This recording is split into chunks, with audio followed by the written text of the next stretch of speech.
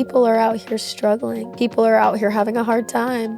And they're carrying weight they weren't meant or designed to carry. My capacity to do certain things pre-children was different from what I had when I was nurturing and developing those children. My capacity is different now that I've launched all of those children. Just knowing your capacity to carry.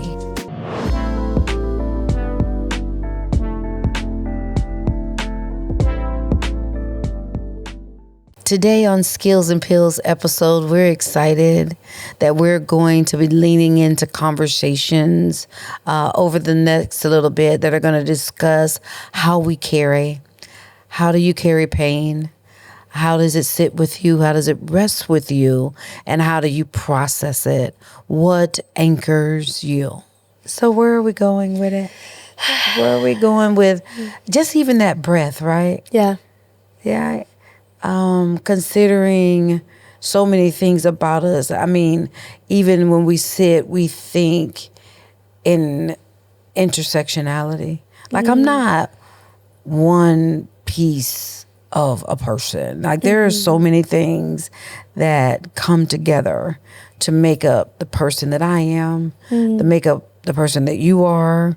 Right. And so I don't just sit as a podcast host. Right. I also sit as a mom. I sit as a friend, a daughter. You know, so when you think about all those things, each one of those roles comes along with something to be carried. Right.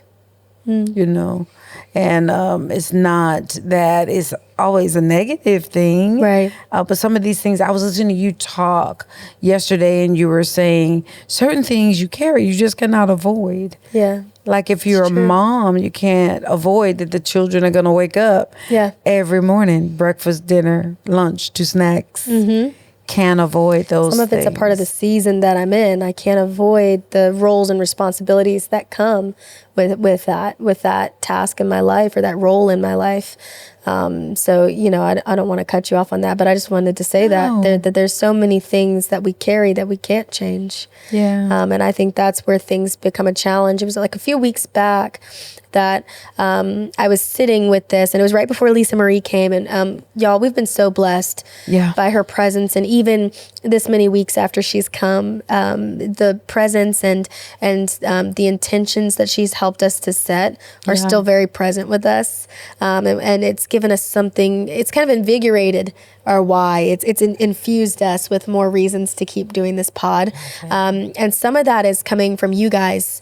You guys have been encouraging us so much. Thank you for the DMs. Thank you for the likes and the subscribers. Like, you guys are telling us, not only in the comments, but in the DMs, how much this has been changing you. And so we just want to thank you. And we always want to give gratitude because we do it for you. And so a few weeks she came back, and I remember coming to you, being like, what are we going to talk about? And I remember just this, and I talked a little bit about on that episode, so if y'all haven't checked out that episode, go check it out, but a little bit about how I was sitting in my room as we were prepping for her, and I was reminded of that hymn, what a privilege it is to carry everything to God in prayer. And it's one of my favorite hymns, was your grandmother, my great-grandmother's like favorite hymns, apparently. And it's just one of those things that lasts time. But I remember sitting with it and really starting to process that. I mean, I think we can hear something all our lives and not really listen to it. Yeah. And so I think in that moment in my room, in that private space with the Lord, and in that private space of prepping and praying, it really, really hit me what that was saying. Yeah. What a privilege it is to carry everything to God in prayer. Oh, what peace we often forfeit.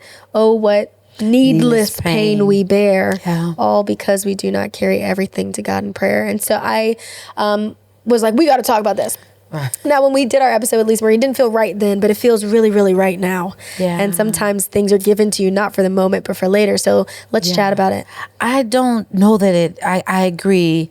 Timing is everything. So I don't know that it wasn't that it didn't feel right. I think the moment was palpable for us to be in the presence with someone that's a little bit ahead. Like, we're really actually a lot of bit ahead when you think about it.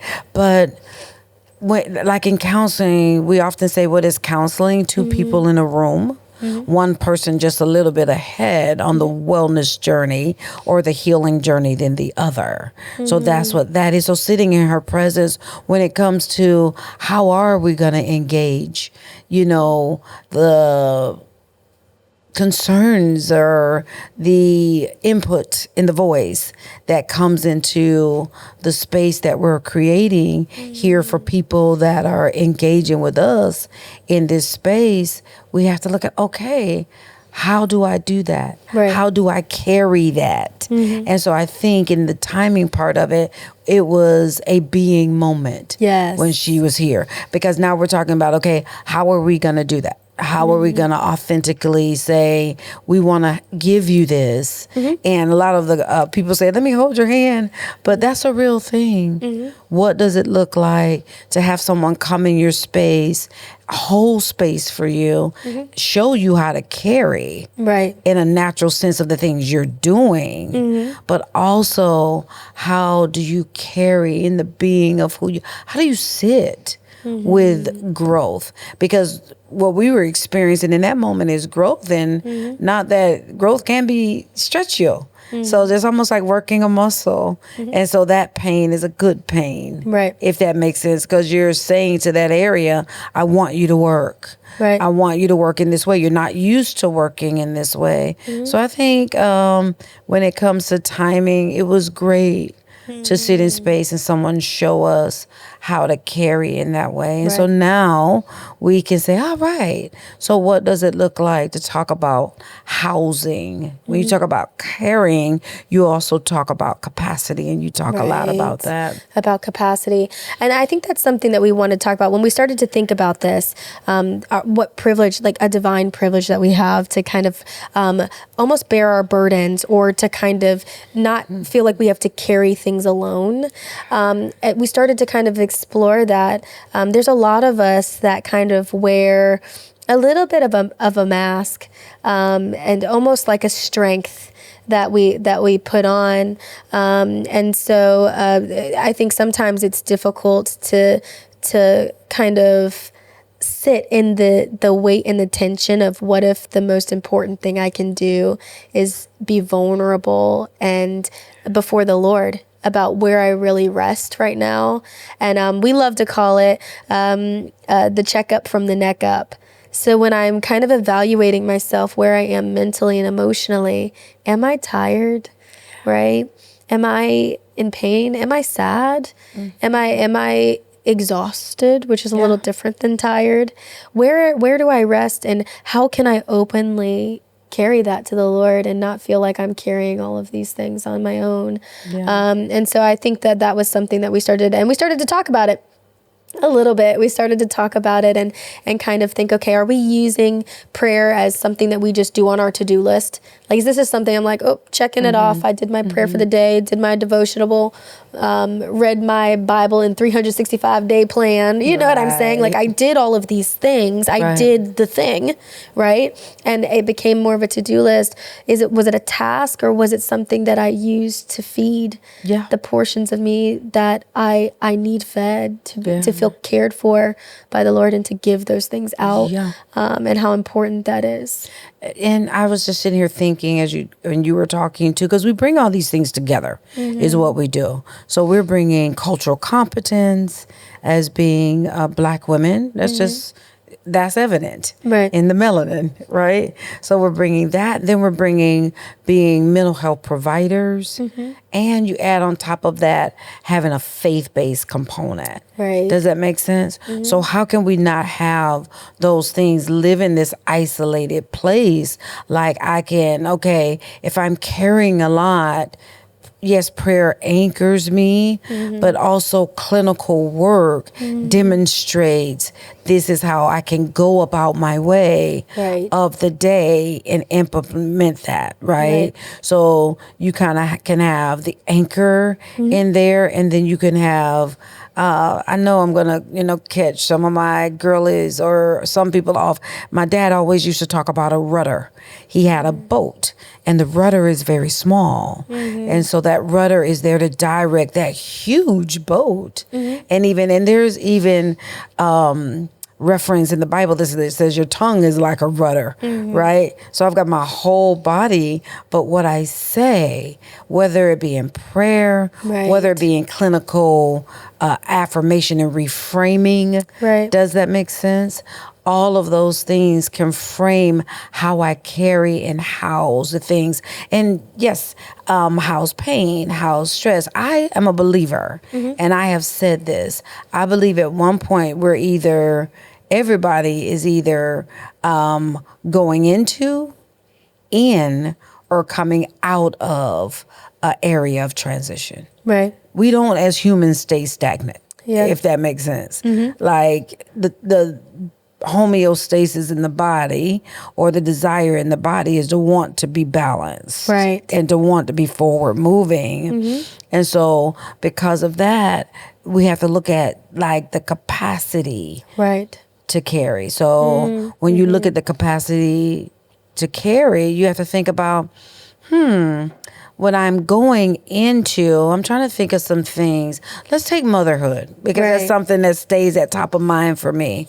My capacity to do certain things pre-children. Right. Hello.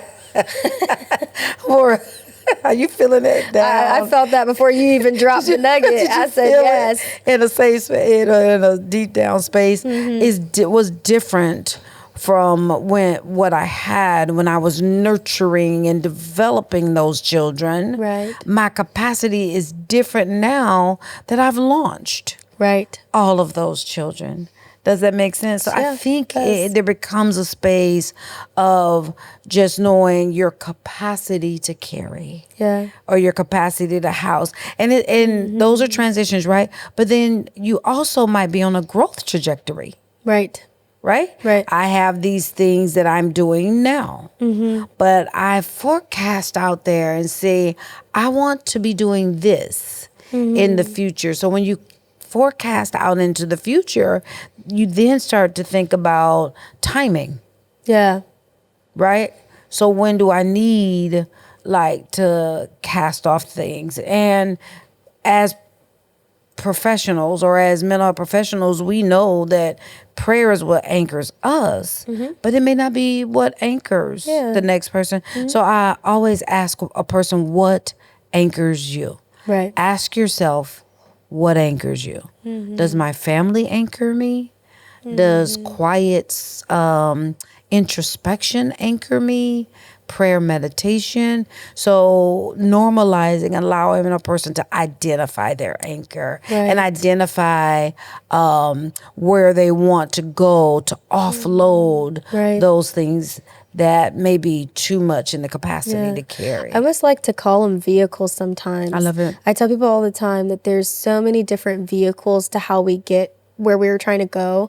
Like when I release my burden and I pray, I think I shared this on Lisa's pod. There was a time where I was like, I just know the Lord's going to tell me to call my friend, or he's going to tell me to go to therapy or whatever. And he told me to sit at a piano. And I was like, this is not, I was expecting to go to the retreat. Jesus, you didn't send me to the retreat. And that's where I wanted to be. But, what I learned in that moment of being obedient was that he healed me in the way that he saw fit. And it didn't look like what things have to look like. Healing for you, be obedient to the Lord. If he tells you, text that person. They may have exactly what you need. If he tells you to go to therapy, go to therapy. If he tells you to get on the med, get on the med. If he tells you... If he tells you to sit at a piano, sit at a piano. If he tells you to journal, journal. And if he tells you to write poetry, like our friend Lisa Marie, then write poetry. But I think this idea that there's only one way that the Lord will allow me to carry something, that he's so creative. He created, look at all of that he's created. And so I don't want to put him in a box. I don't want to say the only way that God can heal me is by going to therapy, even though, listen, we're big advocates of therapy over here. Please go to therapy if you need it. But I have come to learn, even while I'm in those spaces helping my clients, I'm not always giving them therapy interventions. Sometimes I'm giving them scripture. Sometimes I'm saying, go connect with your friends. Where's your support network? Where's your, right? Sometimes I'm saying, listen, if you're really, really stressed, maybe you need to decompress. Go watch some TV. Go read a book. Go get a pedicure. Go, you know what I'm saying? I think, that's something that I'm learning the older I get. And sometimes I do them all at the same time. There have been seasons where I was in therapy and playing the piano and going to my church community. Right? Community is huge. And so for faith-based people, the church can't be ignored. The church has its challenges. We're not going to sit up here and lie to you folks because we know you know and you know. And sometimes we be the challenge in the church. Right.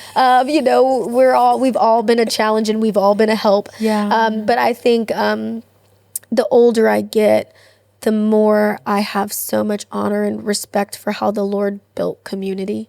How he created us. It's not good for man to be alone. And I think we always take that from a relational space of like, a man needs a wife and a wife or whatever, But just that statement within itself, we cannot carry things alone. In our sense, a privilege to carry, the divine privilege to, yes, bring it to God. Till his yoke is easy, his burden is light. I don't have to carry this, right? He will literally carry it for me. It doesn't make the pain go away magically. It's not like a magic wand. I say, oop, I prayed and it's gone. All right, I'm still in a process. He may not remove the things that I'm praying about, but rather have me sitting right in the middle of them. And that reminds me of one of my favorite scriptures in Romans. And when we're talking about how suffering in general, that suffering produces in us endurance and it produces character. And I believe, y'all correct me in the comments, but I believe it does say that character then produces a hope that cannot be put to shame. And when I think about that, and then you got all these wild scriptures in there, rejoice in your sufferings. You want me to be joyous about this? You not only want me to go through it, but you want me to be rejoice in it, to be glad in it, and that doesn't mean like a falsehood. I've realized that we don't have this false sense of joy that we put on, but we can find simple joys in community by being vulnerable, by sharing, and by healing. And we can find simple joys in watching how the Lord takes the thing that was hurting us. I usually used to say that pain put to purpose produces power. And so when we take that pain and we give it a purpose, and the Lord gives it a purpose, that oftentimes it doesn't take away the impact, right? We still have experienced that suffering and that pain, but we can find joys in the power that's produced in our testimony, and where we've come from. Does that make sense? Makes good sense. You feel it deeply? I do feel that very deeply. I feel like people need to hear that. I feel like we're in a space where people are carrying more than they ever have. We have right now 1 in 5 Americans saying that they're depressed or anxious. It's the most in American history. We're now having 1 in 8, I believe it is, that are expressing stress in the workplace, that are saying that their occupational life is wearing them down. I think as mental health professionals and as Christians, if we don't come honestly to this space and be honest about the state of where most of us are resting, right? The truth is that people are out here struggling, that people are out here having a hard time, and they're carrying weight they weren't meant or designed to carry. And so there are opportunities and there are privileges for us to find the care and the help that we need through prayer, through community, maybe through therapy, through the arts, and through anything that the Lord sees fit to help us to get through this season or to carry the weights that we're carrying right now. What do you think the barriers to that is? Do we have time? Do we have time to discuss mental health barriers? Trying to what? Oh my goodness. Well, right now, our pod, if you're here and you stumbled upon us and you do not know Jesus as your Lord and Savior, we want to encourage you to get to know him. And there's an opportunity always here for us to show you a little bit of Jesus and a little bit of love. We're big on that here. If you're here and you just are here for mental health and you don't know Jesus and maybe aren't quite there yet, that's okay. You can still stay here. You're welcome in this space. One thing that I will always say when it comes to mental health barriers is there are, depending, you talked about intersectionality earlier. Right. It depends on your walk of life. We can pick a barrier, any barrier. But here specifically, we talk from the space of the faith-based community. So there's a lot of struggle in our community with spiritual failing.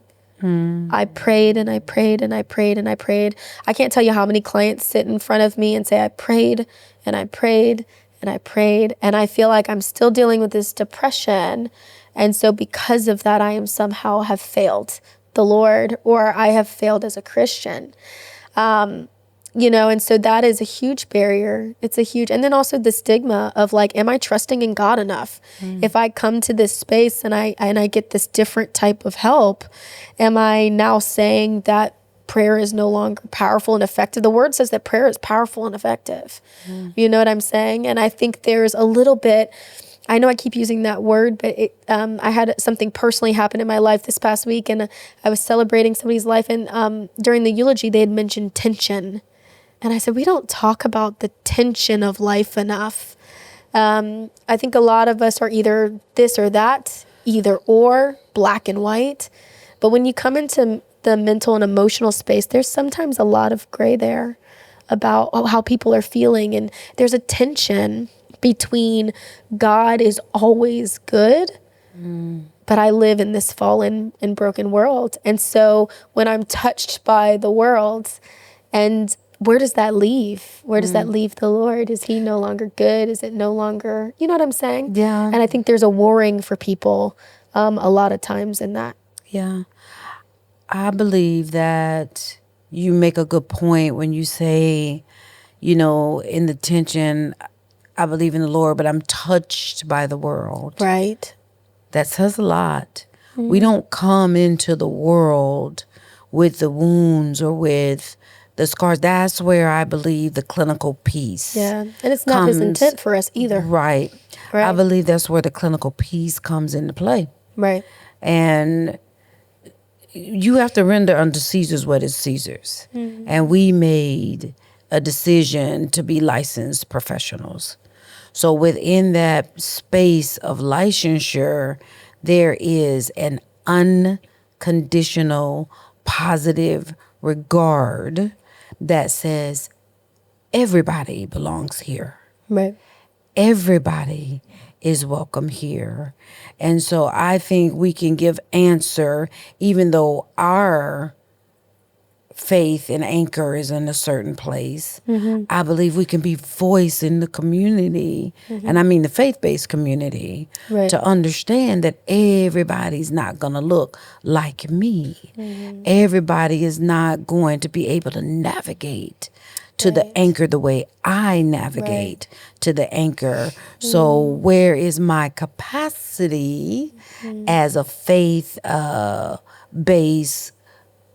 licensed professional to hold space and make room for people to come into the relationship with the clinical relationship, be it counseling, sociology, whether it be medication management, all of us, psychiatry, all of us make up this interdependent log of how to help people in a clinical way live, love, and work well. Right. So am I then saying the only people that I'm willing to help live, love, and work well look just like me? Right. Am I saying that? So that is the clinical tension. Yes. For me, does that make sense? And so you get, even in doing this podcast, can we do it for the people? Let's do it for the people. Even in doing this, that tension and struggle of, I don't want to say anything to turn my Christian base off. Right. I don't want to do anything to turn my non-Christian base off. I don't want to, let me tell you what I want to do. Let me tell you what I want to do. And I think what I want to do is, it doesn't matter what I think. It matters what I believe and what I know. I believe that there are those of us in the clinical space who anchor in a faith belief, but are intrinsically given the capacity to love beyond who we are. Mm-hmm. We're able to, and guess where that comes from? Guess where that comes from? Where does that come from? Comes from Jesus. We're able from Jesus. She's like, the simplest answer. The simplest answer ever. The only answer. Like he was forever calling somebody out of a tree. Right. Why are you Child, being a voyeur? Well, walking 30 miles to the east instead of right directly there. Right. Why are you in a tree as a voyeur looking down on compassion? Mm-hmm. Come down. Why? Because I want to go to your house. Mm-hmm. None of my people normally would go to your house, but I want to go to your house. Right. And I could just be there like, we going to his house. You know who he is. You know he a thief, right? He does, He's only steal money, right? Absolutely. Mm-hmm. Just like I know who I am. And what do I mean by that? I know that I'm fallible. And I agree with you. We come here untouched, and then we're touched by humanity. Yeah. And so I think I live in a tension. I'll just speak for myself, where how do I bring my faith-based cohorts or my faith-based believers along with, I'm going to love everybody. Right. I just am. Yeah. Good, bad, ugly, indifferent, right on the word, kind of on the word, ain't heard the word. Their interpretation on the the word. side of the word, their own interpretation. You know why? Because there was a point that I needed somebody to love me fully. Right. If I can stay in touch with my humanity. Right.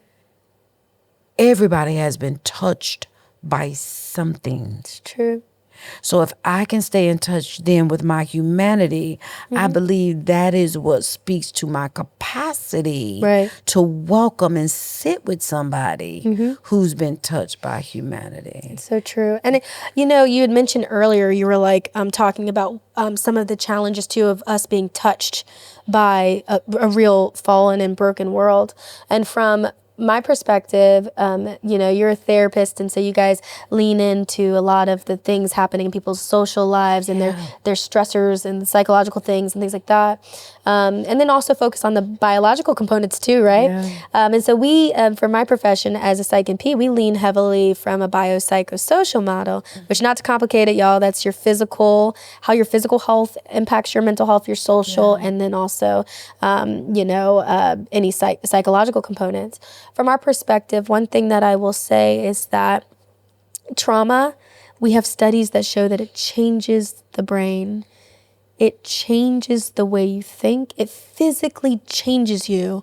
Anxiety, we have studies to show that it physically changes the nervous system. These are not things people are imagining up. Yeah. These are very, very, you may be Christian and you may be praying, but also have to acknowledge that your physical body and your physical mind have been altered and changed by being touched by a very real world. That is good. And not to dig too deep, we might need to talk about this in a part 2. Right. But not to get too deep into that. But there are studies that are showing, when we talk about Romans 12:2, renewing of the minds, that we can actually, using the Lord's word, using scripture, using positive self-talk, rewire our brain. Yeah. And I feel like in the Lord's beauty, he created scriptures like that. And now science is coming up upon the truth that's always been truth, which is the word, right? It's aligning with the word, saying, actually, even though you've been changed and your life and mind have been altered by trauma and anxieties and worries, we can give you the ability to speak life in a way that can rewire your neural pathways and reset your nervous system. Yeah. And for our behavioral health professionals that are in, that is CBT all day. Hello. Like, that's why I bought into CBT. And I know we are going to continue this conversation, because right now we're talking about what a privilege it is to be able to offload some of this stuff Dr. Riffy is talking about. And coming episode, the next episode, we're going to look at the cost of not carrying everything. And we're going to be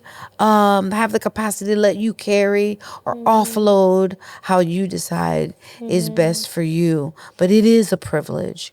And we don't want to minimize the privilege that it is to be able to ground in a faith base, be able to ground. What a privilege it is to carry everything to God in prayer and not actually feel like you haven't done enough when you need to also bring on any type of clinical involvement and assessment. Can we carry on that conversation? Absolutely.